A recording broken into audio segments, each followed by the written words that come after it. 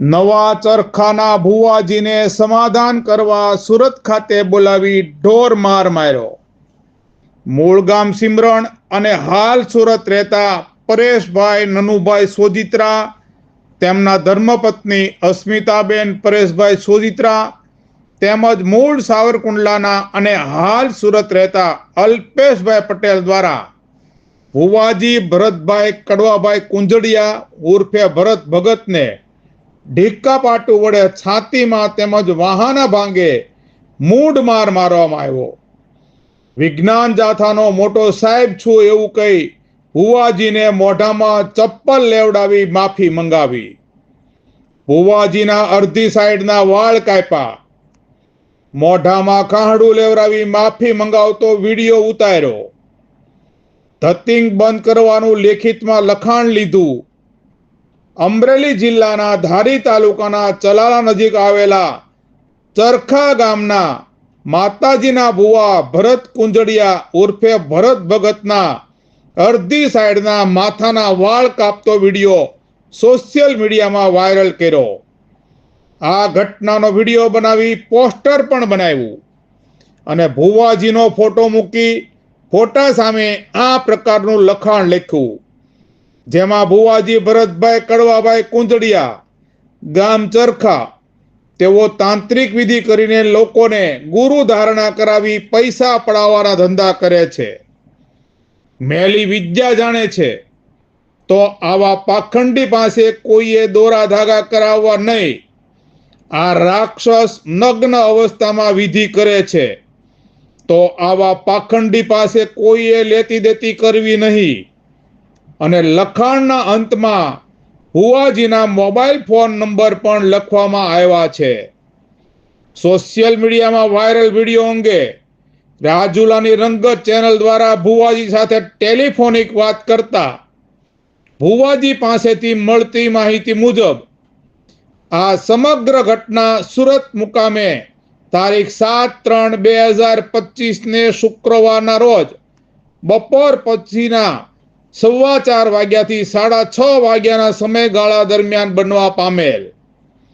સમગ્ર બનાવ અંગે ભુવાજી ભરત ભુવાજીએ રાજુલાની રંગત સાથે વાતચીત કરતા જણાવ્યું હતું કે આજથી 1.5 મહિના પહેલા સુરત ખાતે મારા સંબંધીના ઘેરે લગ્નમાં ગયેલો અને સુરત ખાતે કારગિલ ચોક ખાતે રહેતા મારા મામાના દીકરા અતુલભાઈ સોજિત્રાએ કહ્યું કે ચાલો પરેશભાઈને ત્યાં ચા પાણી પીવા જઈએ, અને હું ત્યાં અતુલભાઈના કહેવાથી યોગી ચોકમાં રહેતા મારા મામાના દીકરા પરેશભાઈને ઘેરે ચા પાણી પીવા અતુલભાઈ સોજિત્રા સાથે ગયેલો।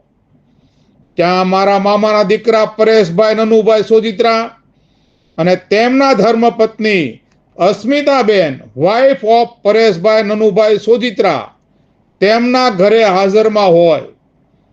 બીજા દિવસે પરેશભાઈએ મને કહ્યું મારું સાંજનું જમવાનું અહીંયા છે, જેથી હું બીજા દિવસે સુરત રોકાયો અને સાંજના વાળું પાણી કરી સત્સંગની અને રામાપીરની અને યોગની વાતો કરતા હતા, અને તેઓએ કહ્યું કે અમને પણ યોગમાં બેસાડો। મેં કહ્યું યોગમાં બેસવું તમારું કામ નહીં, તેમ છતાં આગ્રહને વશ થઈ રાત્રે 12 વાગ્યે તેઓ બંને પતિ પત્નીને યોગમાં બેસાડ્યા અને આંખો બંધ કરાવી શ્રી કૃષ્ણ શરણમ મમ મંત્ર બોલવા કહ્યું। હું કાંઈ પૈસા લેતો નથી, પરંતુ મારા મામાના દીકરા પરેશભાઈએ મારા ખીચામાં 500 રૂપિયા પરાણે નાખ્યા અને બીજા દિવસે પણ 500 રૂપિયા આપ્યા હતા, જે પૈસા મેં ગૌશાળામાં નાખી દીધા છે। જે વાતને 1.5 મહિનાનો સમય થઈ ગયો છે। થોડા સમય પહેલા મને કહેલ કે તે અમને ભરમાવ્યા છે, તે અમારા ઉપર કંઈક મેલી વિદ્યા કરાવી છે, જેનું વાળન કર લે અને તારા પ્રભાવમાંથી અમને દૂર કર, એવું મને કહેલું। પણ મેં કહેલ કે હું કાંઈ જાણતો નથી અને હું કાંઈ આવું કરતો નથી એવું મેં કહેલું। તેનું મન દુઃખ રાખી અમારા ગામના સરપંચ કાંતિભાઈ ધનજીભાઈ અંટાળાને ફોન કરી કહેલ કે ભુવાજી સાથે અમારે સમાધાન કરવું છે, તમે તેમને તેડીને સુરત આવો. જેથી સરપંચના કહેવાથી હું અને સરપંચ સુરત સમાધાન માટે ગયેલા. સમાધાનનું બહાનું કાઢી મને છેતરી મને આ ત્રણેય જણાએ ઢોર માર મારેલ અને મારા વાળ કાપી નાખી દબાવીને માફી મંગાવી. સરપંચે વચ્ચે પડતા કહ્યું કે તમારે આવું કરવું હતું તો અમને અહીં બોલાવવા ન હતા, તેથી મને છોડવામાં આવ્યો હતો. આમ મારી ઇજ્જતના ચીથડા ઉડાવ્યા હતા.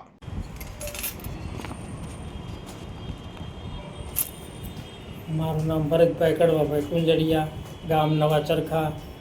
પરેશભાઈ સિમરનવાળા છે, એ મારા મામાનો દીકરો છે. એણે મને નહોતું કીધી વિધિ કરવાનું, મેં વિધિ કરી હતી તાંત્રિક જે કાંઈ હતું તે, એની હું માફી માગું છું. અને હું રણોજાવાળાના સાથે એની સાક્ષીએ હું માફી માગું છું. એનો કોઈ ગુનો નહોતો. આ લખાણ મેં કરી દીધું છે, બરોબર. હું કોઈના દબાણથી નથી કર્યું, રાજી ખુશીથી મેં લખાણ કર્યું છે. જે છે તે હા, આજથી આ બધું હું બંધ કરું છું, માફી માગું છું.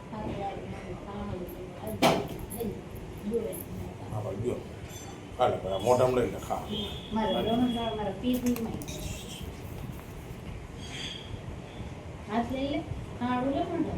મોઢામાં લઈ લે ભાઈ.